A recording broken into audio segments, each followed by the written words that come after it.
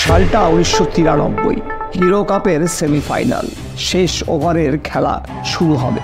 রীতিমতো সমুদ্রের মতো গর্জন করছে ইডেন গার্ডেন্সের ভরা গ্যালারি। নাটকের পর নাটক চলছে।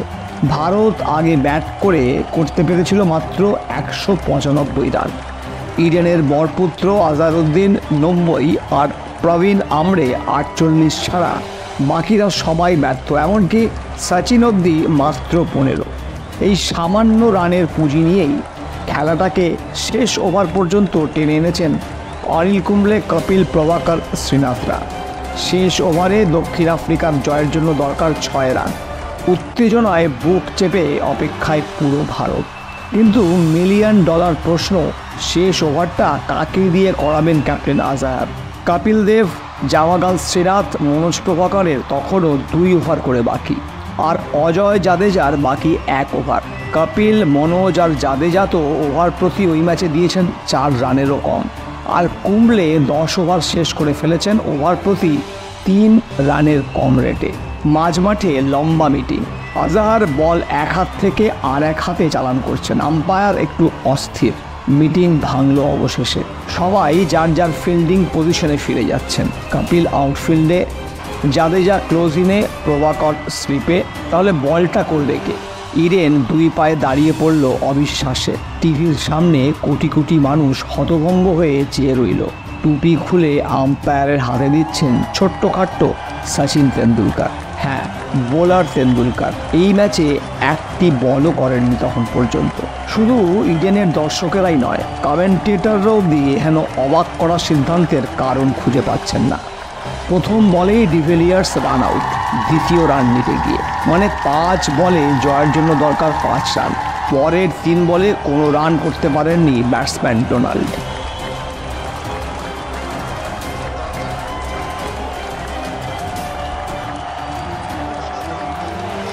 পঞ্চম বলে 1 রান।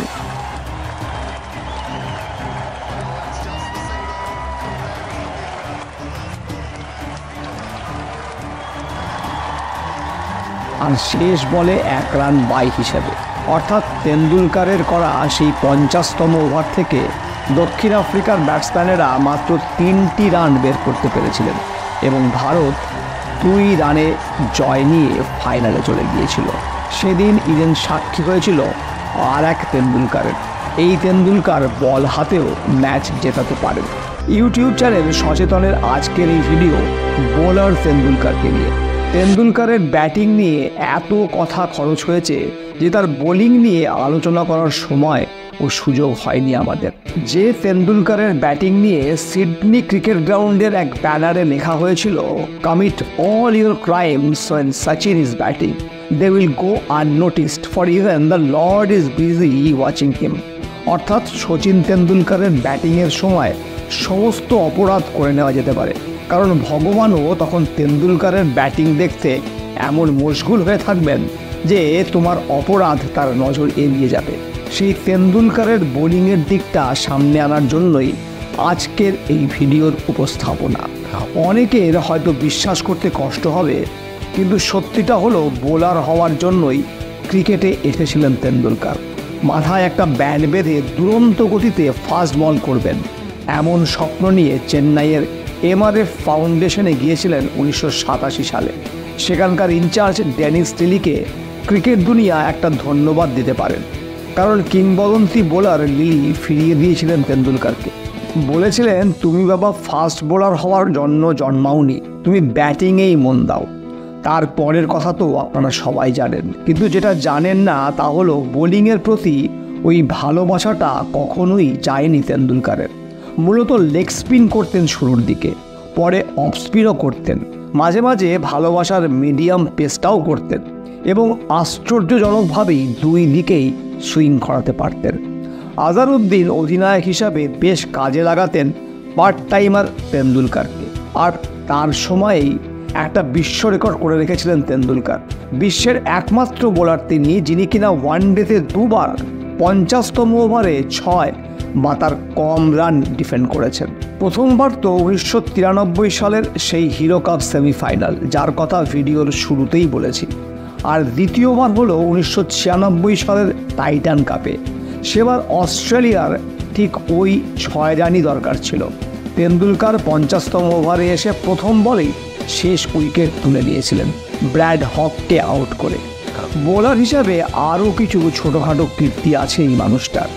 দুনিয়ার একমাত্র বোলার যিনি নিজের বয়স 20 বছরের কম থাকতেও আন্তর্জাতিক ক্রিকেটে উইকেট নিয়েছেন এবং বয়স 40 পার হওয়ার পরেও আন্তর্জাতিক উইকেট নিয়েছেন।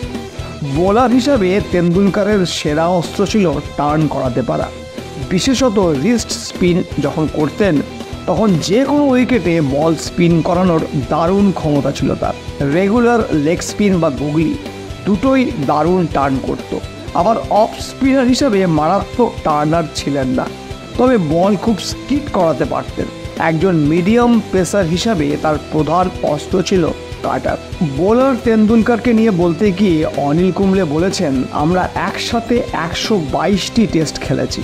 আমি কখনোই ব্যাটসম্যান হিসাবে ওর জন্য কোনো হুমকি তৈরি করতে পারিনি, তবে বোলার হিসাবে তেন্ডুলকার অনেকবার দলে আমার জায়গাকে প্রশ্নের মুখে দাঁড় করিয়েছেন।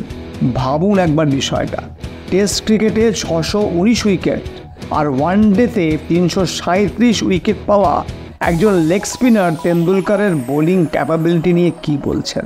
মূলত 2000 সালের পরবর্তী সময়ে মেরুদণ্ডের ইনজুরিতে বোলিংটা কমিয়ে দিতে বাধ্য হয়েছিলেন তেন্ডুলকার।